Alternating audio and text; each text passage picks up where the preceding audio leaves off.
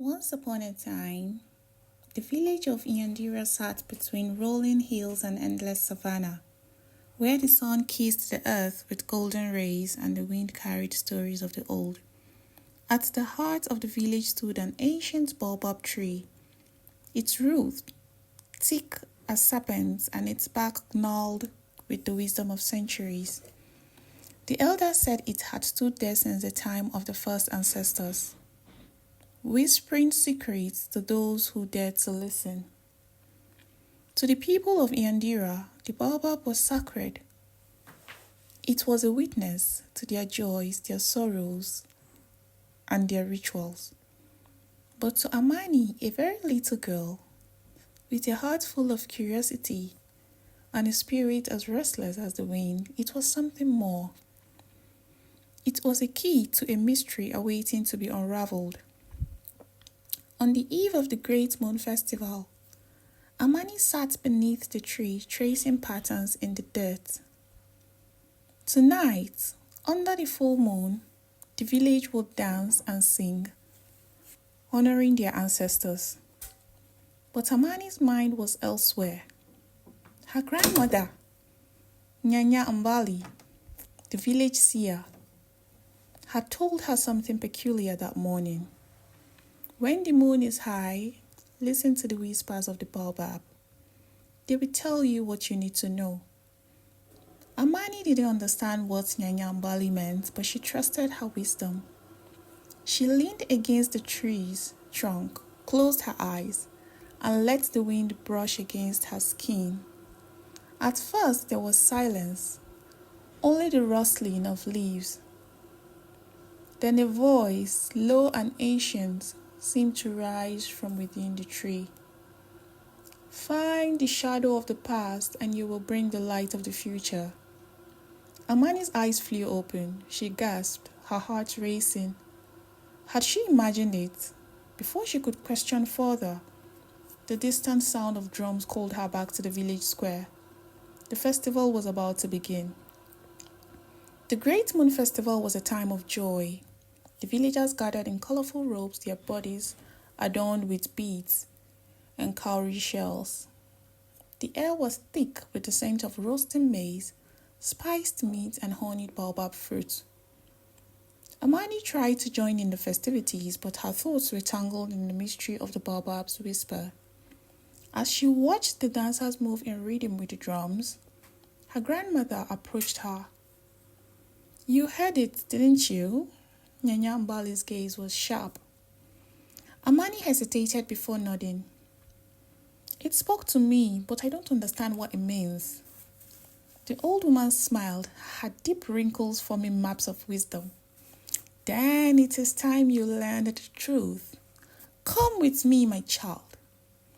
Nyanya Mbali led Amani away from the dancing crowd to her hut, where the harps hung from the ceiling and the air was thick with the scent of sage.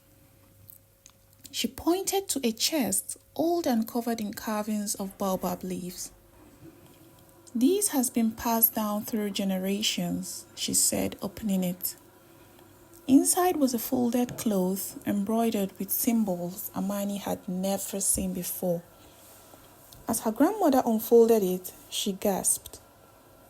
It was a map of Nyandira, but different. It showed a path that no longer existed, leading to something marked with the symbol of the baobab.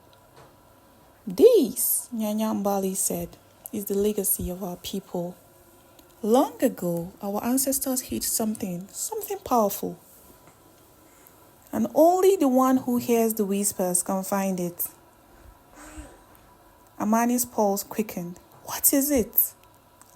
A relic of great light and great darkness.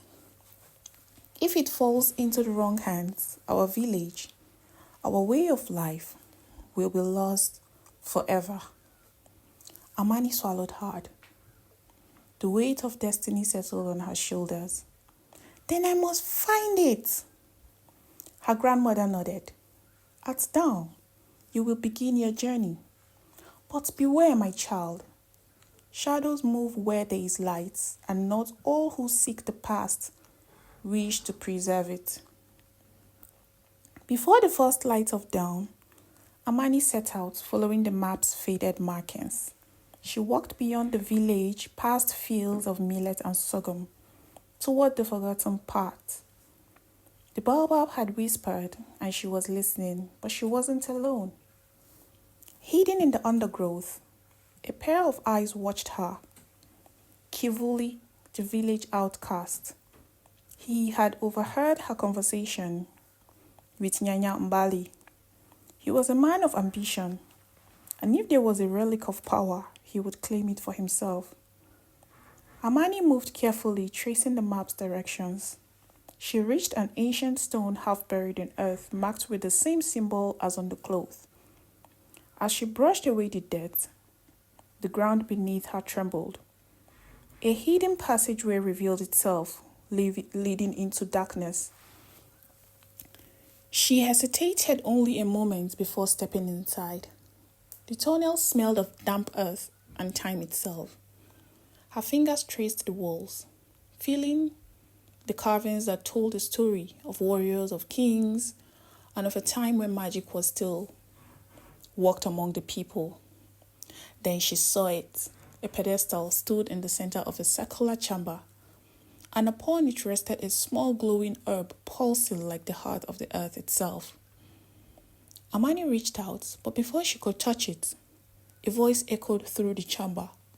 "You are not the only one who seeks power." Kivuli emerged from the shadows, his eyes gleaming with greed. "Give it to me, child, and I will make you great." Amani's heart pounded. She knew the stories. Power in the wrong hands could bring ruin. "The baobab does not whisper to the greedy," she said, standing firm. "It speaks only to those who seek truth." Kivuli snarled, lunging for the relic, but as his hands closed around it, the chamber trembled. The carvings on the walls lit up, and a force unseen but mighty threw him back. The shadows consumed him. Amani, gasping, took the relic and ran away. As Amani emerged into the dawn's golden light, the relic pulsed in her hands. It was not just a treasure, it was a piece of her people's history, a beacon of their strength. She returned to Nyandira, where Nyanyambali awaited her. "You have done well," the old woman said. "The shadows have been banished, and the light has been restored." The relic was placed in the heart of the baobab, where it would remain, its whispers guiding those who listen. And Amani, once just a curious little girl, had become the keeper of her people's legacy.